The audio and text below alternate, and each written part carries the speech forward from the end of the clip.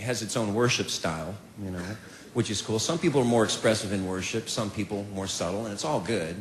I go to a church that's pretty expressive in worship. It's a hand-raising church. That's what it is, right? That's what, you know. Anybody here go to a hand-raising church? Am I here? Sweet. Who here does not go to a hand-raising church?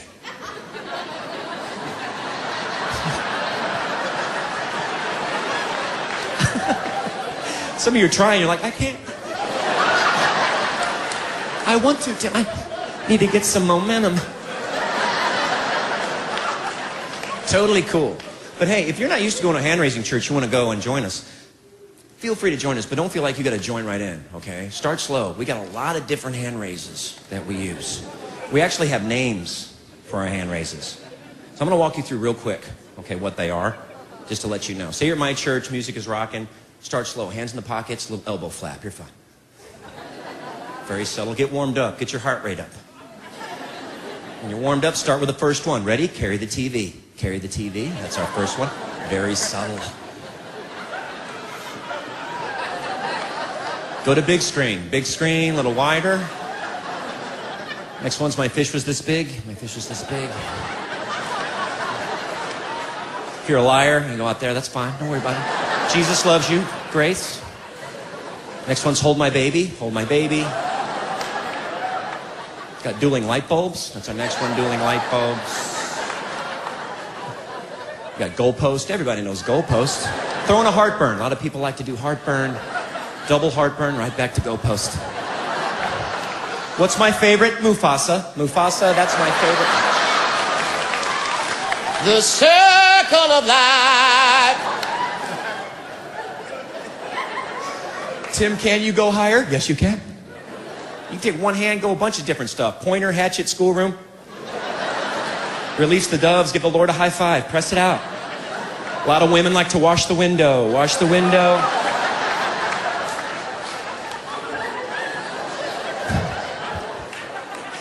And when you're comfortable there, go for the big three. Village people, Rocky, touchdown. There you go. There's your big three. Oh, wow. Let me see what I want here. Okay, here we go. Cool. Howdy. Good to see all of you here today. You know, I stopped by the nursing home a week or two ago, retirement home, and I asked the director, I said, how do you tell, how do you determine if a person needs to be, put in here or not? And she said, the woman, and she said, actually, we fill a bathtub, and she said we give the patient a bucket and a teacup, and we ask them to empty the bathtub. And I said, oh, I got it. That makes sense. Sure. Yeah, I mean, a normal person would use a bucket, right? And she said, actually, no. A normal person would pull the plug and empty the bathtub. Would you like a bed next to the window? Yeah, well, you have to be careful. Let me just welcome you here. For those of you who are live here at Grace Life in El Paso, we just want to just thank you for being with us today, as well as all of those who are joining us all over the world, literally around the United States and over the world on the internet. We're just glad to have you with us today as well. Thank you for being here. So today we're beginning a brand new series, and I've decided to call it God's Best Friend, and hopefully I'll get to a point where I can explain to you exactly what that means, but just hold on to that for now, God's Best Friend. And in this series, what we're going to be talking about is worship. We're going to be talking about worship. What is worship? It seems to me that worship is one of those religious words that a lot of us think that we understand. When you say worship, when we think about worship, all of us kind of nod our heads, and we know what we seem to think we know what worship is all about, all those different kind of things. And, it's one of those words we use quite a bit as well when we talk about going to a worship service or going to, to worship on Sunday morning or whatever the case might be. We talk about those things, from those kind of standpoints. But you know what? So if I were to ask you then, what is worship? What does worship look like? What does it mean to worship God? And what does that look like when you worship God? Well, if I ask each one of you as individuals, I think we'd probably get as many different answers as there are people here, because we all have our own ideas about what worship is, what it includes, what it looks like, how you do that, all those different kind of things. So let's look at that from the other standpoint. Let's look at this, and let me ask you, when you invite someone to come and worship with us on Sunday morning, because that's a lot of times what we'll say, right? We'd just love to have you come and worship with us on Sunday morning. When you do that, what do you think they think that you mean? What do you think they think you mean when you say, come and worship with us on a Sunday morning? And what do you think they expect to happen or expect to see when they arrive here, if they come? When they arrive here, what do you think they expect to see or to happen in the worship time, you know, in church on Sunday morning or whenever that might be? Well, in this series we're going to begin looking at a story in the New Testament that's probably very familiar to many of us, if not most of us. It's the story about the woman at the well. And even though this particular incident in the life of Jesus is most often considered to be a conversation about salvation, because that's really kind of ultimately what happened, right? We look at Jesus went to the well, and ultimately she came to understand that he was who he said he was, and then there was other people that came from the other men that came from the town, and so on and so forth. But a lot of times we think about it in that context, because Jesus says, "Well, I am the living water," right? That was kind of the whole idea behind. It seems to be the whole idea about that.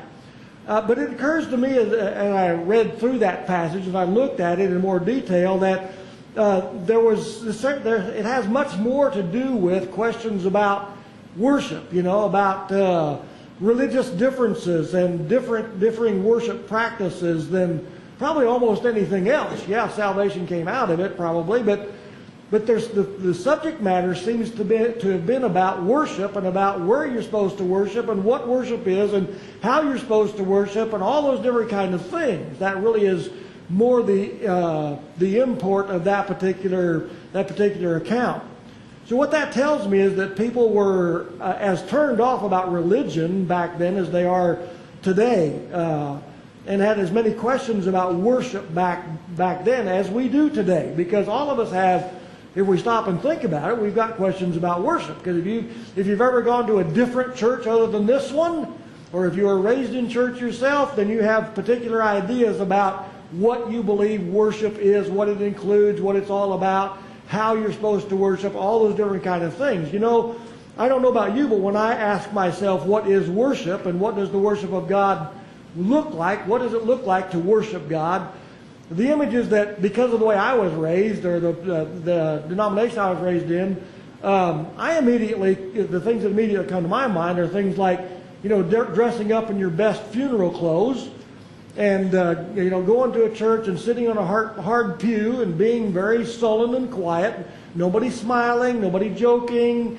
you know, nobody talking, and you know, singing old hymns about God, the hymns that they've been singing for 100 years already or 150 years, and listening to a preacher talk about hell as much or more than anything else, right? Those are the kind of images that come to my mind. Now, I don't know about you. You probably have a totally different images in your mind when you think about worship. When I say worship, especially depending on where you were raised, or if you weren't even raised in church, you probably have a whole lot of different ideas about maybe what you believe worship is, or should be, or can be, or ought to be, or whatever those kind of things. But all of those things that I've just talked about are religion-based, right? They're not really worship-based in that sense. They're more religion-based, depending on how you were raised, where you were raised, you know, what you believe worship is or includes, or those kind of things. That's all it has to do with religion, not about really what true worship of God is or what true worship of God looks like. So the story begins in John chapter 4 in the first verses 3 through 6. We'll read those. It says, Jesus, that's talking about Jesus, left Judea and went away again into Galilee, and he had to pass through Samaria. So he came to a city of Samaria called Sychar, near the parcel of ground that Jacob gave to his son Joseph. And Jacob's well was there, so Jesus, being wearied from his journey, was sitting thus by the well, and it was about the 6th hour. There came a woman from Samaria to draw water, and Jesus said to her, "Give me a drink." For his disciples had gone away into the city to buy food. All right. Kind of gives us an idea of where the beginning of all this is. That kind of began the whole thing. That's where that kind of gives us an idea of what the background of what's going on here. So what's happening is that Jesus is traveling from Judea back to Galilee, and he had to go Well, it says here had to go through Samaria. I think Jesus probably chose to go through Samaria because a lot of the Jewish people back then chose to go around Samaria and not go through. They didn't want to have anything to do with Samaritan people. And so Jesus chose to go through there, and of course he had an idea or knew why he needed to go through there. So Jesus decided to take that shortcut and go right through Samaria. And John tells us that Jesus arrived at Jacob's well, and the 6th hour would have been about noon. Okay? About noon would have been the 6th hour according to the Jewish clock. Those kind of things. And so Jesus is outside the city of Samaria, where he decided to take a rest. Well, you can imagine if they'd walked all morning long, and because that's how they got around back then, basically. We don't do a lot of walking here. We maybe do, well, I try to do as much walking as I can. For exercise, they walked because they had to. How many of you have seen the Back to the Future movie? I think it's part 3, the Old West one. How many of you have seen that one? Yeah, that's one of my favorite ones because, and in there, they're talking about McFly, and he's wearing those tennis shoes, and he said they run, you know. And the Old West guys are saying, for fun, you know? Nobody runs for fun, come on, you know? You're running from something or to something. So John tells us that Jesus arrived about noon just outside this city, and this was during the time that the disciples went ahead and went on into town to get food, get something to eat. And a woman came out from Samaria to draw some water from the well, and Jesus asked her for a drink. Now, all of that really is said as kind of a background because that's really where the conversation begins, right? Jesus arrives at this well. He's taking a rest. Disciples went into town to buy food. A woman comes out. He asks her for a drink of water. That's where everything begins. That's where this whole story begins. And naturally, the woman being a Samaritan and Jesus being Jew, she was surprised that Jesus would ask her for anything, you know, much less talk to her at all. Because we find there that the Jews didn't have anything to do with the Samaritans, and really vice versa as well. The Jews and the Samaritans just didn't get along. They didn't like each other. So she said to him, she says, "How is it that you being a Jew ask me for a drink since I'm a Samaritan woman?" For the Jews have no dealings with Samaritans. Well, Samaritans didn't either. Well, what you need to see here, probably what you already know if you've ever looked at this story before or know anything about those days and time, is that this is all about that she's wondering why in the world Jesus would even speak to her, because not only is she a Samaritan, but she's also a woman. So the first problem I see in trying to understand what worship is, because remember, we're talking about worship, and that's really where Jesus is going to go with this. He's going to take the opportunity to talk about, well, she brings up the subject. And as a matter of fact, in other words, when we hear the word worship, when we think about what worship is, most of us, I'm going to step out here and say that most of us think religion. Because, as I just told you a moment ago, when I think about worship, that's the kind of the image that comes to my mind is sitting on a hard pew listening to a preacher, maybe singing old hymns and those kind of things, sitting real quiet, have to wear a suit and tie and, you know, shine your shoes the night before and all those different kind of things. So that's exactly what this woman did. When she comes to the well here, she begins to think about religion. That's the very first subject she brings up is religion. Why are you even talking to me? You're of a different religion, or you believe different than I do, and we don't get along, so let's just not talk, okay? Right? She doesn't expect Jesus to talk to her. So it's all about religion at this point in time. And what you need to understand is that that's really where most of us come from, whether we realize it or not. Is when we talk to other people about Jesus, or talk to other people about church or whatever, a lot of us are thinking, most of us are probably thinking religion in some form or another. I don't care how grace-filled we think we might be, we all have a little bit of it, of religion in us, and we're still thinking about those kinds of things to some degree. So as soon as she saw Jesus sitting here by Jacob's well, her very first thought was about the religious differences that they have between Samaritans and Jews. That's her very first thought. First thing across her mind. Because she's thinking about the differences between how she was raised and what worship is to her, and about how Jesus was raised, how the Jews were raised, and what they believe worship is about. So here's what Jesus said to her. Jesus said, if you knew the gift of God and who it is who says to you, give me a drink, you would have asked him and he would have given you living water. So what Jesus is saying here is that true worship has nothing at all to do with religion. That's really what he's saying. She wants to talk about religion. She wants to talk about, the differences between how you worship and how we worship. And Jesus says, listen, it has absolutely nothing to do with religion. It's not about that at all. But you know what? Things really haven't changed much, have they, in 2,000 some plus years. True worship has nothing at all to do with religion. Things haven't really changed. As a matter of fact, people today are just as serious about, and you know this, people are just as serious about which denomination you belong to, which religion you were raised in, what you believe worship includes, or where you think you're supposed to be when you do worship, where the place of worship is. People are just as serious about that today as they were back then. We're seeing that in this woman. She's serious about it. She said, you all say that, you all worship one way, we worship another way. Right? We've got our differences here. And I don't see us coming to any kind of an agreement, because this is the way I like to worship, and that's the way you like to worship. That's kind of her point, I think, is that she's really kind of saying it straight out. So if you have a menu with you there's a couple of notes in there, and number one on the notes is that worship is not about race, color, or religion. It's not about any of those kind of things. The fact is, one of the major complaints today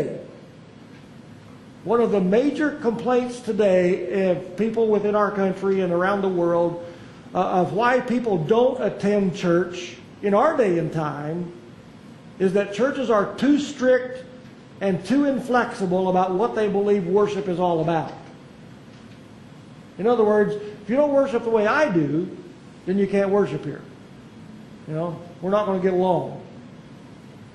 As a matter of fact, every denominational church, every church I've ever been to, have all been very serious about things like the kind of music that is allowed in church. I can remember the day when a banjo simply was not allowed in church. A guitar was just barely becoming allowed. But if somebody were to bring a banjo, that would just be like, oh my God, we can't do that. That's just, no. Drums, same thing, right? You got it. Never. No, drums. So things have changed. Things are changing. Certainly, we're getting more progressive, maybe, or whatever the case might be about those kinds of things. But there's a lot of things that we really like to, that churches and denominations really like to stick to, that are very serious about. Maybe like even the frequency and the manner in which you partake of the Lord's Supper. Even who is allowed to be a church member. Whether you need to go through a class, or whether you have to be baptized, or whether you have to be professed to be a Christian, or all every kind of things that are required before you even to be, to attend here or become a member, all those different kind of things. And most of all, it has to do with, almost every church has to do with what you can, what is and what is not allowed in the sanctuary. True? I think you know what I'm talking about. Because we've all got these ideas, a lot of people, I'm not going to say all of us, a lot of people, majority of people have this idea that, the sanctuary is some kind of a holy place, and so you've got to be holy when you come in here. There's only certain things that are allowed to take place in here, and some things are not. Right? So there's a lot of things that we bring with us about what we believe that worship of God includes and does not include. But again, I want to tell you that's religion, not worship. Those things have to do with religion, not worship, not true worship. So look what he says in verses 19 and 20. What it says. The woman said to him, "Sir, I perceive that you are a prophet." How'd she do that, I wonder? I think she's changing the subject myself. "Our fathers worshipped in this mountain, and you people say that in Jerusalem is the place where men ought to worship."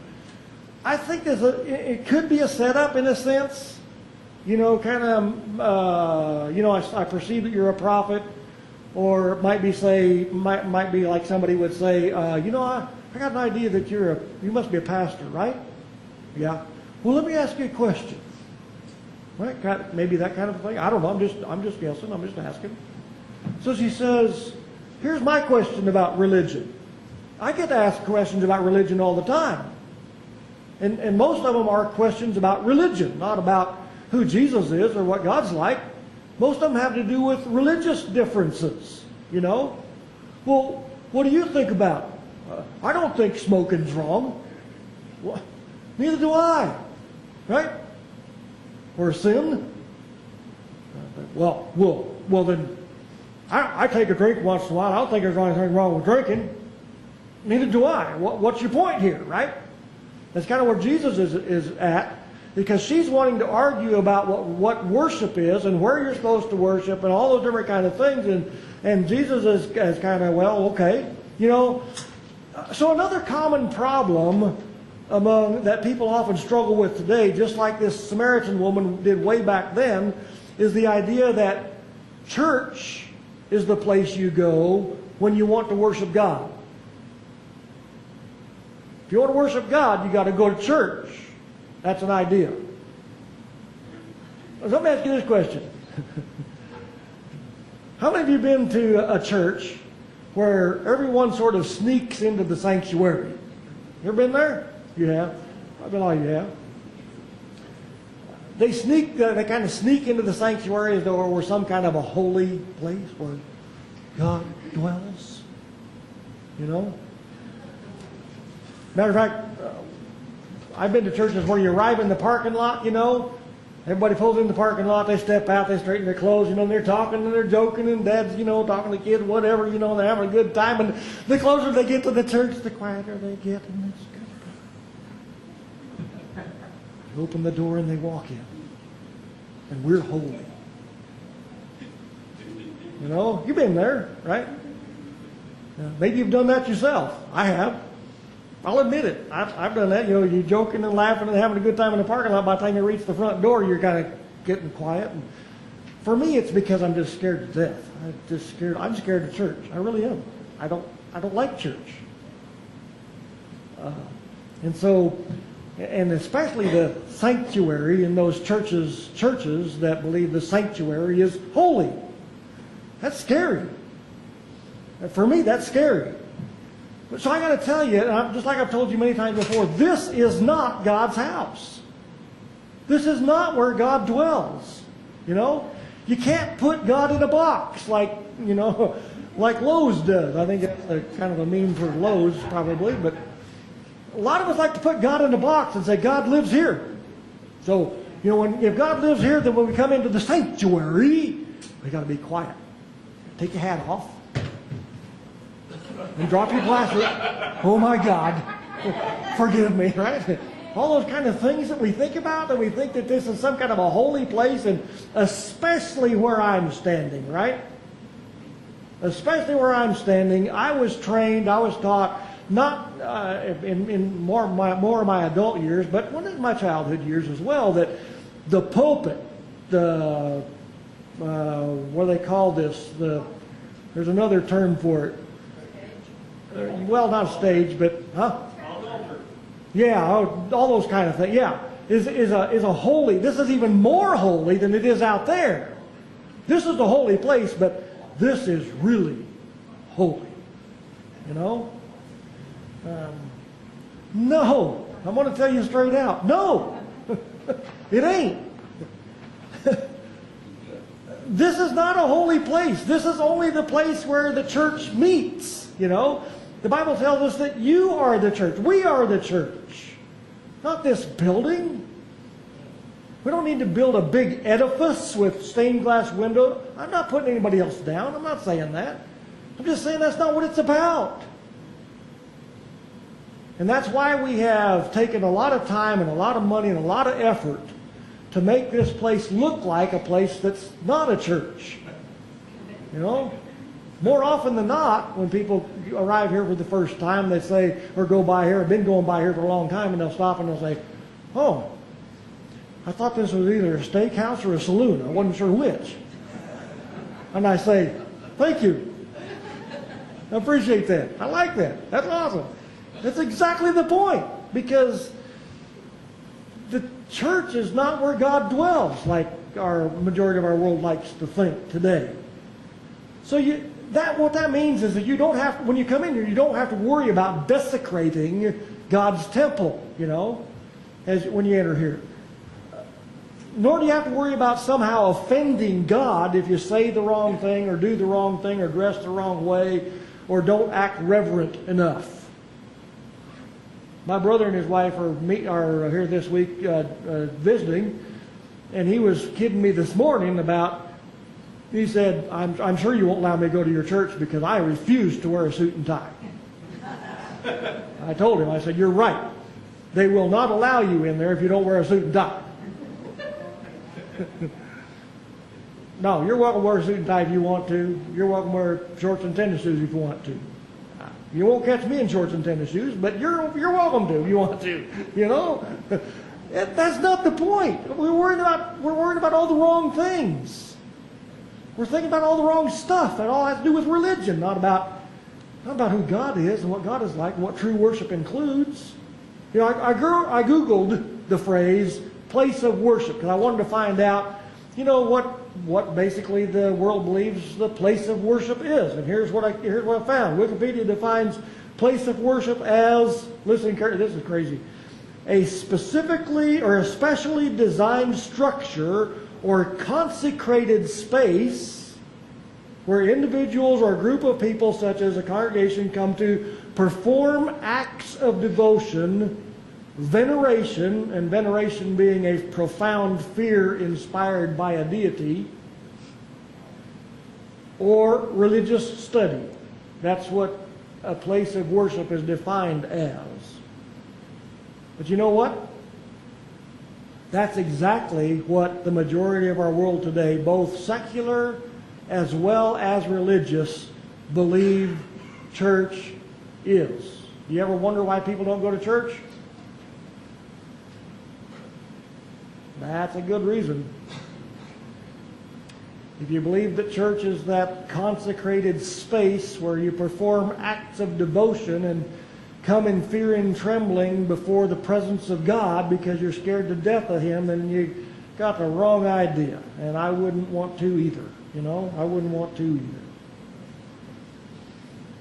So, church is not a place you go to perform acts of devotion, you know. So, however, Jesus said, where you worship is not important. Whether it's in Jerusalem or on some particular mountaintop, who cares? That's not what's important. What he said. Matter of fact, you can worship Jesus just as well in someone's house or out on the lake as you can in a church building. Fact. You can worship God just as well outside of here in any place as well as you can here. Kind of reminds me of those two guys, I've told you about them before. A couple of deacons decided to go to skip church and go fishing one Sunday morning, and they, you know, after a couple hours out on the lake in the boat and they didn't catch anything, one of them finally said, you know what, we ain't catching nothing. Now I guess we should have just went to church. Maybe God's telling us we should have went to church this morning. He said, oh no. He said, another guy said, no, I couldn't go anyway. My wife's sick. Yeah, well, yeah, you can worship God on the lake just as well as you can here. You can. There's no doubt about that. But I want you to hear what I did not say. And I don't want you to go from here and saying that I told you could just go worship God on the lake on Sunday morning. Just go fishing. Well, you can. Yes, you can. And I don't have a problem with that if that's what you want to do once in a while or whatever. But But I want you to listen carefully what I did not say. And nor does the Bible ever say that meeting together with fellow believers on a regular basis is not important. The Bible says just the opposite. And I didn't say that meeting together regularly with believers is not important. It is very important, as a matter of fact. So what I did say, and same thing Jesus is saying to this Samaritan woman, is that where you meet is not important. It's why. It's for what purpose. As a matter of fact, in the Hebrews, the writer of Hebrews tells us just the opposite. He says, and let us consider how to stimulate one another to love and good deeds, not forsaking the assembling of ourselves together, right? Don't give that up, he says. Because why? Well, because it's important. Well, why is it important? Because he said, as I have in some is, but he says, encouraging one another. And all the more as you see the great day drawing near. Listen, we need each other's support and encouragement. You can't do this alone. You might think that it's just between you and God, but you know what? Why do you think clubs are so popular, have been throughout history? You know, you got Elks Club, you got, you know, all those different clubs. You got lots and lots of different biker clubs, you know, motorcycle clubs. Same thing. It's because they're all wanting this fellowship to encourage one another in whatever it is that you believe and building each other up in whatever it is that you believe. Well, if you believe in Jesus Christ, if you believe in Big G grace, why would you not want to join together with other people who believe the same way and be encouraged?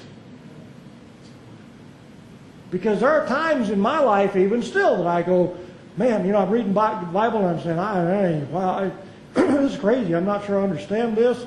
I think this may be what God is saying here, and so I'll call somebody, you know, somebody I trust, maybe my brother or whatever. He's also a pastor up in Nebraska.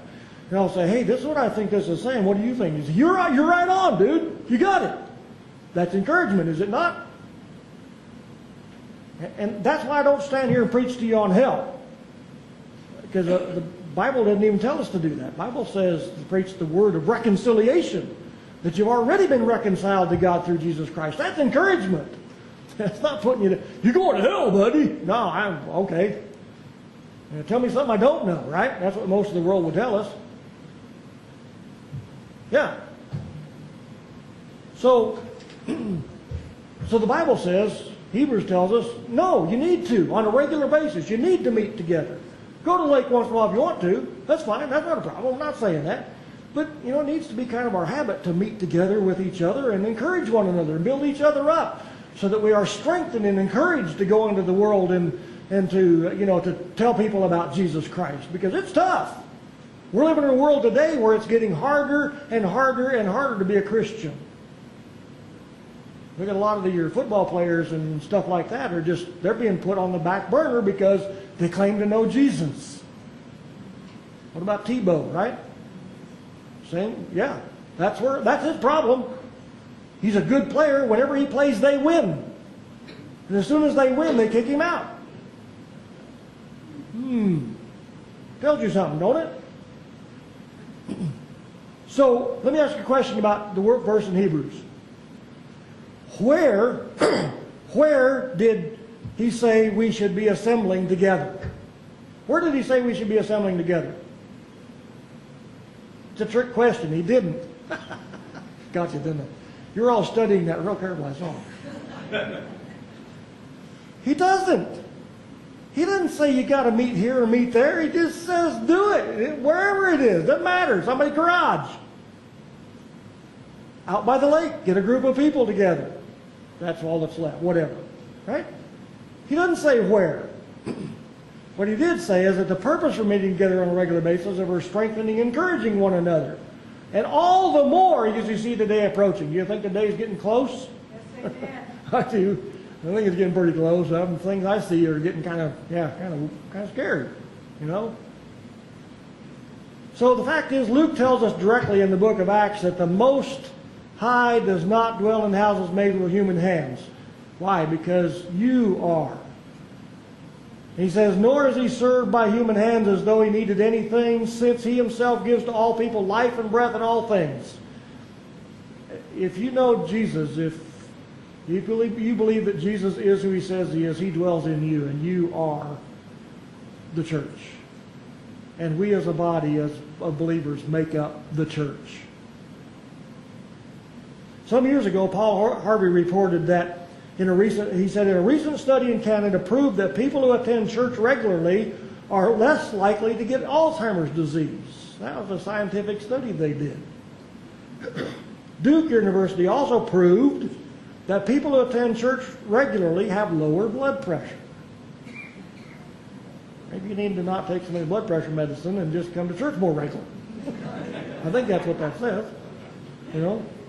On the other hand, it's also been proven at Duke University, those who simply watch a preacher on TV instead of physically attending a church actually have higher blood pressure.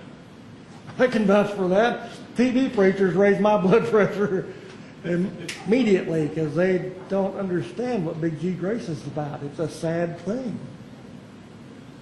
It's a sad thing.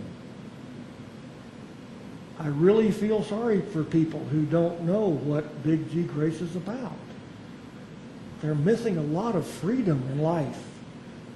They're being held down in bondage by all the things that they think you must do in order to be pleasing to God, like dressing nice when you go to church, or you can dress nice when you go to church if you want to. I don't care. But things that you think you have to do, be quiet and don't say anything, don't joke, don't smile, don't laugh. Hey, I don't care. I think we ought to be joking and laughing and having a good time for what Jesus has done for us. We ought to be the happiest people on earth, quite honestly. I'm happier now than I've ever been. I spent 18 years as a denominational pastor, and those weren't happy years, let me tell you. They were not happy years at all. When I came to understand what Big G Grace is about, I'm still just as excited today as I was when I first understood it. So I think Jesus' point is pretty clear. It's not about where you worship that matters. Nor is it about whether you claim to be Baptist or Catholic or Presbyterian or whatever, Methodist, I don't care. Instead, it's about who you worship. And whether that worship comes from the heart or if it's just those outward actions of veneration or whatever, So check out what Paul says. Let's close here. Well, check out what Paul says about the result of worshiping anything other than God. He says, therefore, God gave them over in the lust of their hearts to impurity, so that their bodies would be dishonored among them. Because, this is the reason, because they exchanged the truth of God for a lie, and worshipped and served the creature rather than the Creator, who is blessed forever. So who does he say we should be worshiping? Is God, not all those other things out there. Which correlates with saying, don't forsake yourselves assembling on a regular basis, because that kind of proves that our focus is on the wrong thing. Doesn't prove we're not a believer, just proves that maybe we got our focus on the wrong side of the picture here, We've forgotten about who God is and all that he has done for us. And the freedom that we have to be able to not come if we don't want to. That's okay. It's okay. It's not that you're going to go to hell if you don't. That's not the point. The point is that all that we understand about Big G Grace, that sins aren't the issue. He's already taken care of all that. That we have freedom. As Paul says, it was for freedom that Christ has made you free. So don't be bound again by that yoke of slavery, thinking you have to do this and have to do that and have to do something else in order to be right with God. God's awesome. He wants us to enjoy our lives and to be free in him. So I would encourage you to just step out today and just enjoy the freedom that you have in Jesus Christ. Be encouraged. Walk out. Smile. Enjoy your life. Because that's where Jesus wants you to be. That's why he has done all of that for you, is so that you can step out and smile and be happy and enjoy life instead of thinking you have to do this or do that or do something else or we'll be right with God. We're already right with God. God's awesome. Lord bless you all. Amen.